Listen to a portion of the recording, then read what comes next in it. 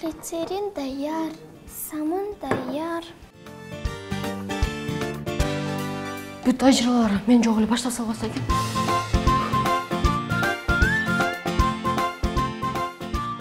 Суу даяр.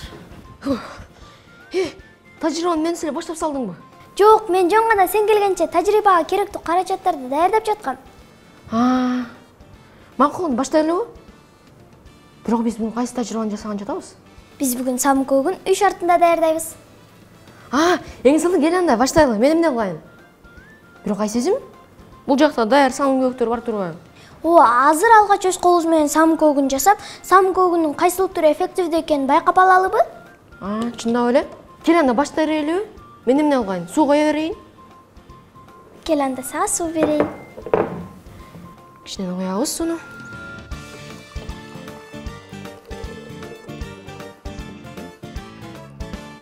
Мына ушунча жетет деп ойлойм. Андан соң кадимки идиш жуутуган каражатты кошобуз.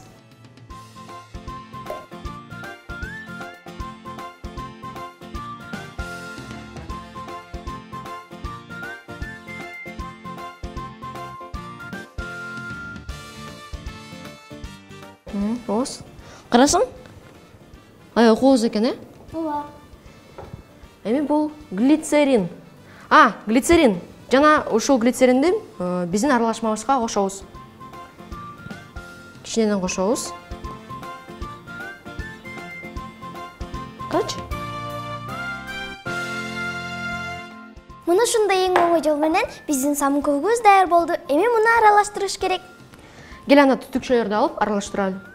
Сага бирөөнү, мага бирөөнү. Жакшылап аралаштырып, кичине аралаштыралы. Абдан кооз болуп жатат, Карасаң? Азыр даяр деп ойлойм. Кел эми үйлөп көрөлү. 1, 2, 3.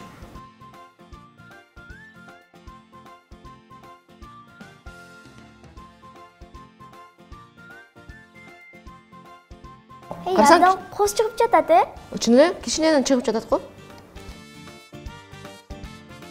Меники такыр чыкпай калды го. Кел анда дүкөндөн алган түтүкчөлөр менен үйлөп көрөбүз. Кел, сен бул сарыны ал. Карагылачы, меники күл экен. Кел баштайлы. Кичинеден салып, үйлөп көрөлү.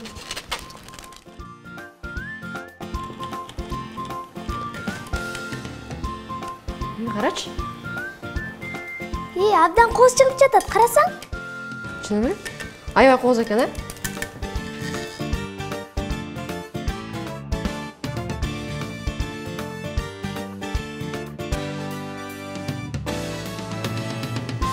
Gel daha önce öyle bir koy.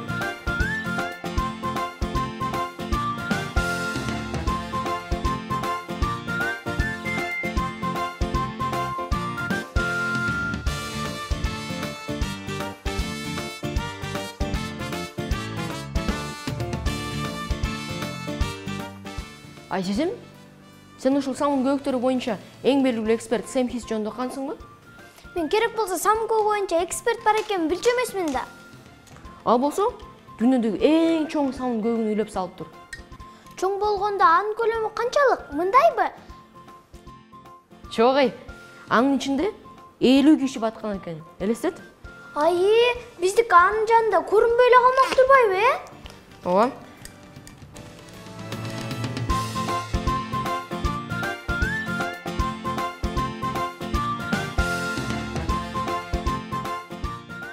Айсизим, сен бир байкап жатасыңбы? Эмнени айтсаң мага дагы? Карасаң, биз үйлөп жаткан самын көктөрдү күн желесинин түстөрү көрүнүп жатат го. Кана, Карачы. чын эле.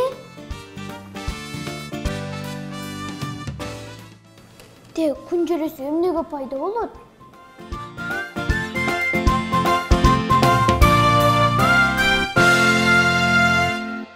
Күн желеси деген эмне? Чындап эле. Күн желеси кантип пайда болду экен? Менин оюмча түстүү жаан жаап, алар чогулуп калгандыгы үчүн күн желеси пайда болот болуш керек. Кандай эле сыналсың? Бирок балким чын эле.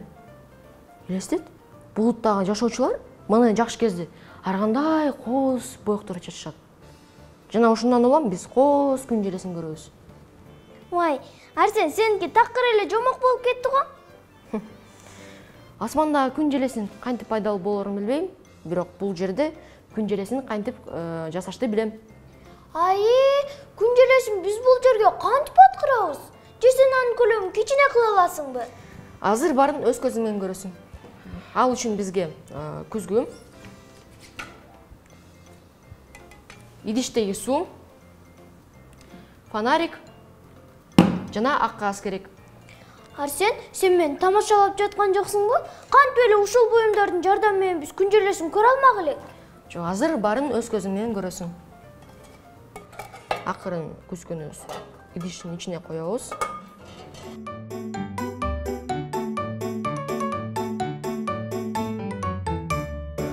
Эми фонарикти иштетебиз. Кана, чыккан жокко? Азыр барын өз көзүң менен көрөсүң. Ичине чыдап көрсөң. Достор, эң негизгиси фонарикти туура багытта кармаш керек.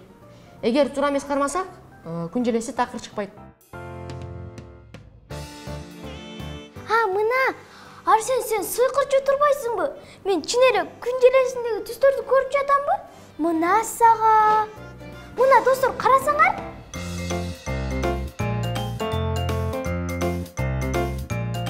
Карасаң аябай кооз экен. Кызыл, кызыл сары, сары, жашыл, көгүш, көк жана сыя. Мына карасаңар достор. Аябай узун экен, э? Ооба.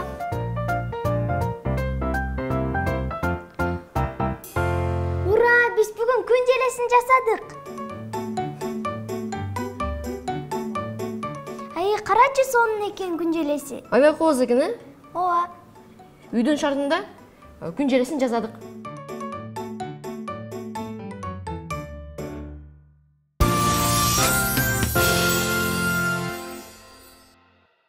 Аба катмарындагы суу тамчысы аркылуу өткөн күндүн нуру түрдүү түстөрдү чагылтат. Окумуштуулар байыртан эле бул укмуштуу кубулушка кызыгып, изилдеп келишкен. Ал эми күн желесинин өңдөрү айрыкча Исаак Ньютонду кызыктырган.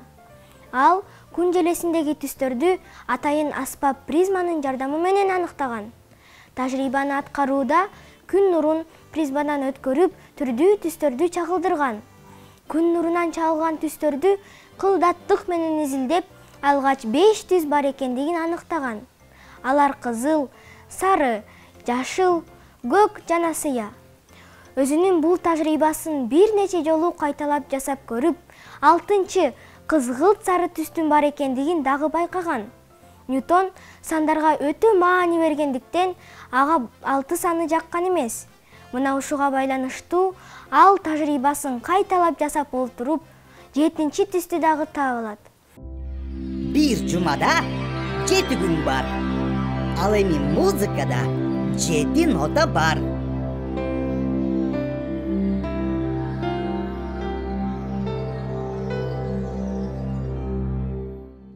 Жетинчи түстү Исаак Ньютон индиго деп белгилеген. Анын 7 негизги түс жөнүндөгү теориясы баарына жаккандыктан күн желесинде 7 түс бар деген түшүнүк сакталып келет. Бирок Исаак Ньютондун бул теориясы менен баары эле макул болгон эмес. Мисалы, япондор күн желесиндеги 6 гана түстү белгилешет. Анткени япон тилинде жашыл деген сөз жок. Алар үчүн жашыл көгүш өңдүн кошумча түсү.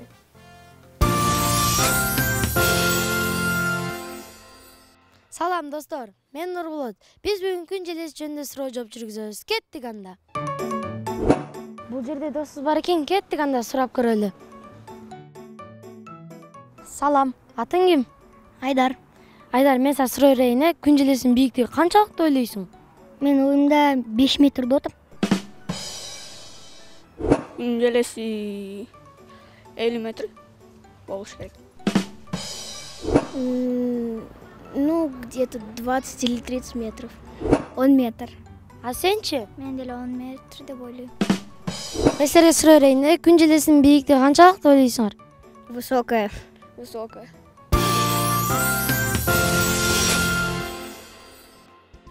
Кызыл, кызгылт сары, сары, жашыл, көгүш, көк, сыя. Айсизим, мен сага дагы бир сыйкырды көрсөтөйүнбү? Кандай сыйкыр? Азыр бул стакандагы суларды бул идишке куюп, күн желедеги түстөрдү ирети менен жайгаштырып берем. О, кызык. Арсен, алар ирети менен жайгашпай эле аралашып кетет го? Жок, азыр барын өз көзүң менен көрөсүң. Азыр биз идишке биринчиден кызыл сууну куябыз. Ичине куюп, карап тур, азыр күн желесинин түстөрү пайда болот. Барын куйдук.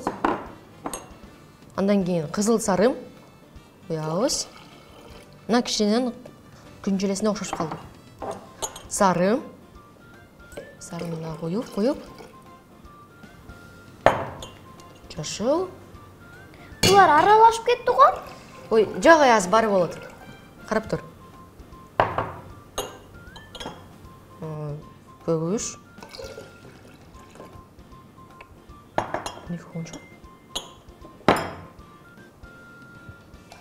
Азыр болуш керек, күтүп тур. Азыр акырысын коям. Кара. Болбой калды го? Эмне экен, меники болгон жок. Капаланба Арсен, мен булардын ирети менен жайгаштыруунун жолун билем. Ал үчүн бизге кайнак суу, кумшекер, идиш, атайын куйгуч жана боектор керек болот. Айсезим, биз азыр эмне кылабыз? Биз азыр стакандарга кумшекер салабыз. О, Кел, орун алмашып алалычы. кел. Биринчи стаканга 12 кашык салабыз, экинчи стаканга 10 кашык салабыз. Жана ошентип 2ден кемитип, акыркы стаканга кумшекер салбайбыз.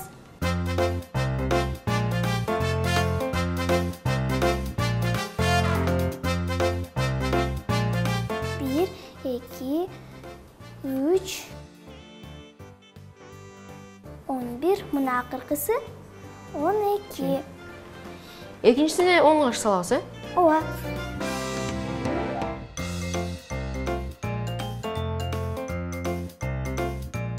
Тогуз, 10. Эми 8 кашык салабыз.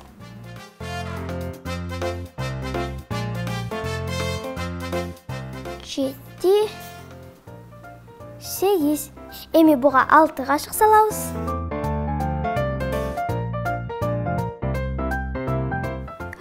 Эми сен мага жардам бер. Кел. Бул болсо 5-чи стакан, ошондо биз 4 кашык салабыз. Турабы? Ооба.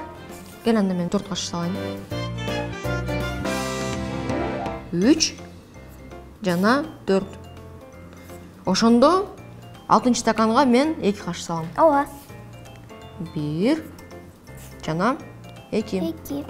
Акыркы стакан мына бош калды. Эч кум шекер салбайбыз, Ооба. Биз азыр эмне кылабыз? Азыр кум шекерди эритиш үчүн бизге кайнак суу керек болот.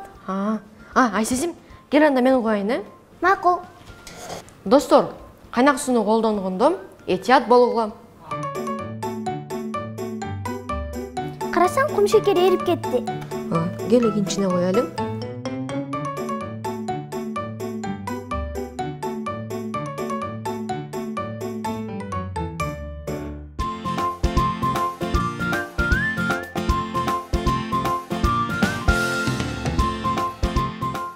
Көрдүңөрбү балдар, ар бир стакандын суулары өзгөчө. Эми муну аралаштырыш керек. Тура, кел, мен кайнак сууну кайта ордуна коеюн.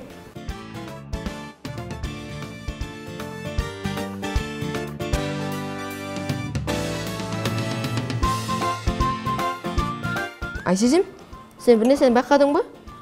Кайсы стаканда көбүрөөк кум шекер болсо, анысы аралаштырганга оорураак болот экен. Ооба, анткени анын тыгыздыгы абдан көп да. Чын эле? Эми буларды боектор менен боеш керек.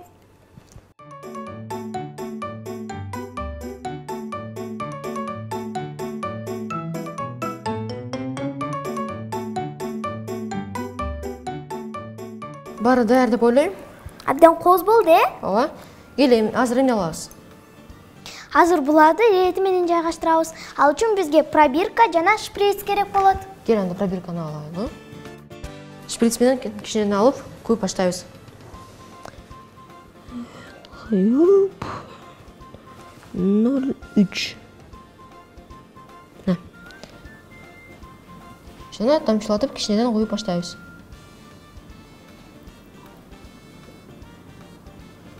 Кызыл. Аралашып кетпеш үчүн тамчылатып коелы. Ооба. Эми кызыл сары.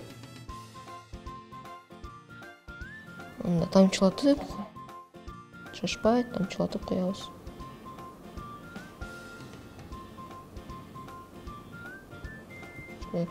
Эми сары өңдү. Ооба. 0,3.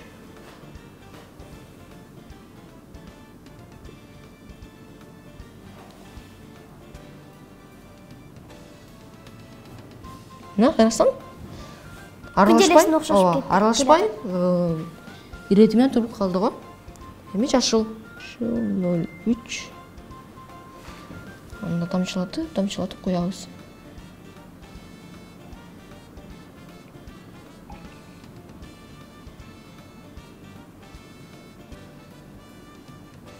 Хорошо. Кооз экен, Эми көгүш. Абдан кооз болуп келет ата. Ооба. Так. Кичине кошобуз.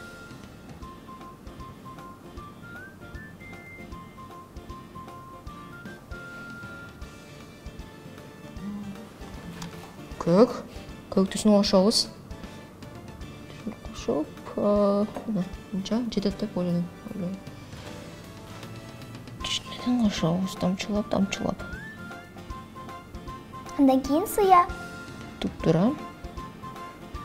Көбүштү кошуп кетейин. Карасаң, кичинеден окшуп кетет, да? Ооба. Эми сыя. Эң акыркысы. Абдан кооз болду. Так, кичине окшойм.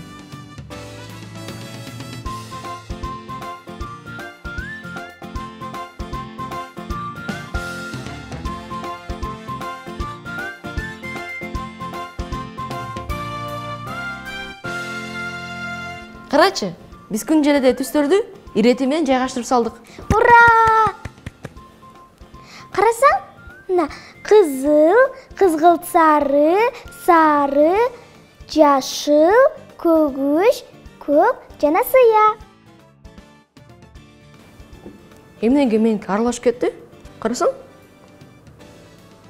Сеники бүт туура жана ирети менен турат го. Арсен, бул суунун тыгыздыгына байланыштуу. Мисалы, бул тажрыйбада биз кумшекердин жардамы менен суунун тыгыздыгын өзгөртүп алдык. Дал ушундай бирдей эмес тыгыздыктан алар аралашкан жок. Чын эле?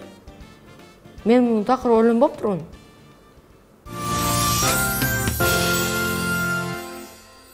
Бул жакта досторубузга суроо берип келеличи. Кеттик. Салам достор, мен силерге суроо берейин. Кимиңер жооп бересиңер? Мен сага суроо берейин. Күн желесиндеги түстөрдү ирети менен атап берчи. Кызыл, оранжевый, сары, жашыл, фиолетовый, көк. Кызыл, оранжевый, сары, жашыл, ак көк жана кара көк, фиолетовый. Кызыл, сары, оранжевый, көк, жашыл, розовый. Кызыл, сары, ак, жашыл, оранжевый, фиолетовый, красный, Жашыл, кызыл, көк, сары, фиолетовый, оранжевый, голубой. Болду? Кызыл, жашыл, сары, оранжевый, көк, фиолетовый. Күн желесинде 7 түс бар. Алар кызыл, кызгылт сары, сары, жашыл, көгүш, көк, сыя. Ал эми күн желесинин бийиктиги белгисиз. Айзизим, бул бойлгон түстөрдү көрдүңбү? Азыр алардан ак түстү чыгарып берем. Ай, Арсен, сендеги сыйкырың качан бүтөт? Жок, аз карап турсаң, бул акыркысы. Бирок негизи сыйкырлар көп эле. Мейли анда. Аз бүтүк деп ойлойм. Келем кургатайын.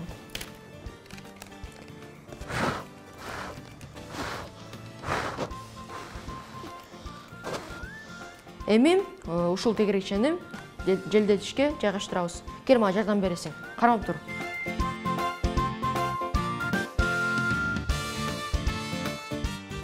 Бар даярдайм.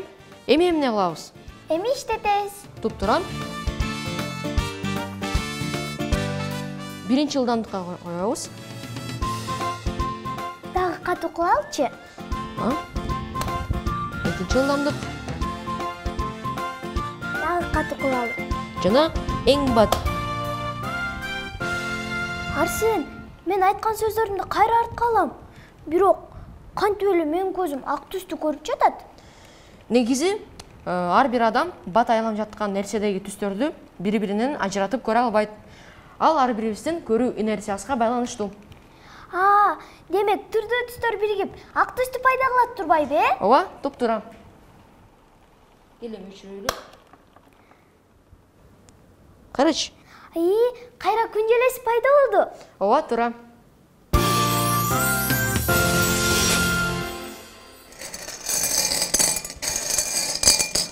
Арсен, билесиңби? Күн желесиндеги түстөрдү да жесе болот. Айсезим, кара, күн желеси. Кана. Арсен, сен каяка? Дагы кандай сыйкырды жасаган баратасың? Токто, мен да барам.